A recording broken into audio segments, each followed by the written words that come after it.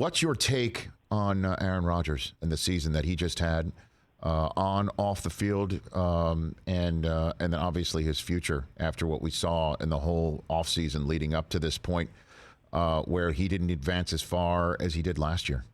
Bomani. Yeah, I got a general frustration with people who think they're smarter than they are and want to tell you how smart they are, and all it does is expose that they're not as smart as they say they are, right? Like I try not to let that obscure my view of the fact that he was really, really, really good this year, and they did not get it done in this last game. But that gets me to like a theoretical place that I've been wondering about him and that team for a long time, which is, I understand all the arguments about this is a passing league and you need to pass to be successful in the NFL. And that's absolutely true. But something that's really important to understand and remember about the NFL, there's a reason why the Minnesota Vikings play in a dome and the Minnesota Golden Gophers do not. And that's because the football season ends in November at the University of Minnesota. It doesn't get so cold that you need a dome in December.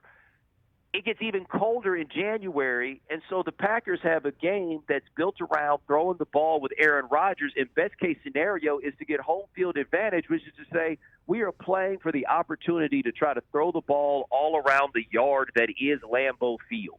And so you wind up with Aaron Rodgers throwing a frozen brick around in January if everything goes the way that you want it to go. That just seems to be like a fundamental flaw in how you construct a team, but that's where the large sample analytics are going to get you in trouble often in the playoffs, because the conditions that you play in are probably not going to be the same as everything else. Now, is that why Aaron Rodgers didn't play well in this game?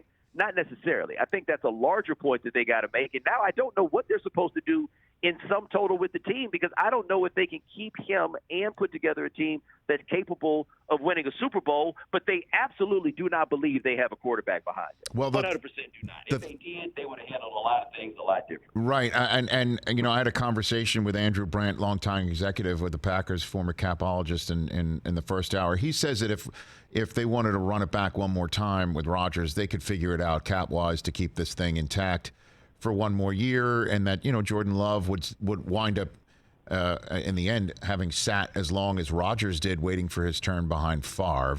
But the drama in my estimation concerns, how do you have the conversation about doing that and sticking if one of the two really deep down wants to leave, right? And then who's the first to say it? Like if I'm the Packers and I just say, you know what, I could run it back one more year with Rodgers. It's entirely possible.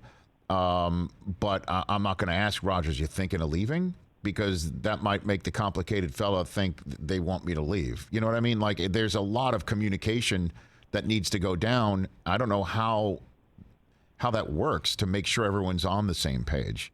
You know what I'm saying? Yeah, I don't think he wants to leave. Like, it sounds like they got whatever the problems were figured out. But does he want to stay if they can't figure out how to get Devontae Adams to stay? Sure. I don't know. But I think that he was going through a thing. And one thing about Aaron Rodgers, we can reasonably trust that he's going to tell us what he thinks, and he tells us the relationship has gotten better. So I'm inclined to believe that it has. But he's 38 years old. Like, Tom Brady's made us forget how old 38 is. And if Aaron Rodgers said, I don't want to do this anymore, I wouldn't be terribly surprised, especially if they still going to be swabbing his nose next year.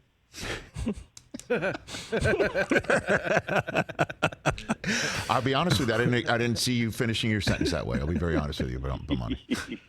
I didn't see that one coming. That was one of those Lord Charles curveballs that snapped off in my direction. Bomani Jones here on the Rich Eisen Show. What do you think Brady's going to do? What do you think happens here? That's a great question. I wouldn't be surprised if he retired, except he played so well that there's no reason for him to believe that he can't play well next year, which would then make him want to come back. But I warn him, as I warn all of them, I think the only two examples you really have of like the great quarterback that didn't go out on a somewhat embarrassing note is I got Roger Staubach and John Elway. I guess Joe Montana also. But everybody else, man, the end wasn't good because nobody could walk away. So I can only assume that he's not going to walk away.